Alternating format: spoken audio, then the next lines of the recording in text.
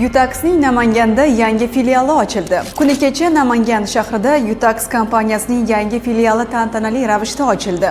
Marosimda tadbirkorlar va hamkor tashkilotlar ishtirok etib, filial tomonidan taklif etiladigan xizmatlar bilan yaqindan tanishdi. Shuningdek, tadbir davomida soliq maslahatchilari tomonidan seminar ham o'tkazildi. Unda tadbirkorlar soliqqa oid o'zlarini qiziqtirgan barcha masalalarda mutaxassislardan qimmatli maslahat va konsultatsiyalarga ega bo'lishdi.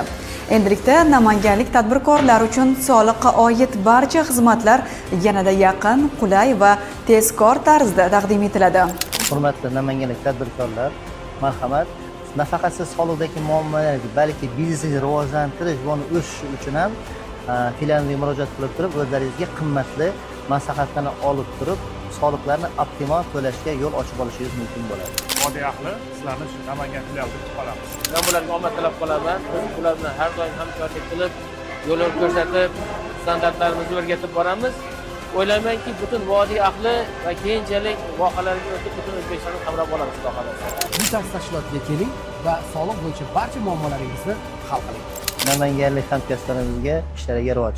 Yangi filial ochilishi Namangan hududining biznes rivojiga, mijozlar uchun esa soliqqa oid barcha masalalarda ishonchli hamkor bo'lib xizmat qiladi.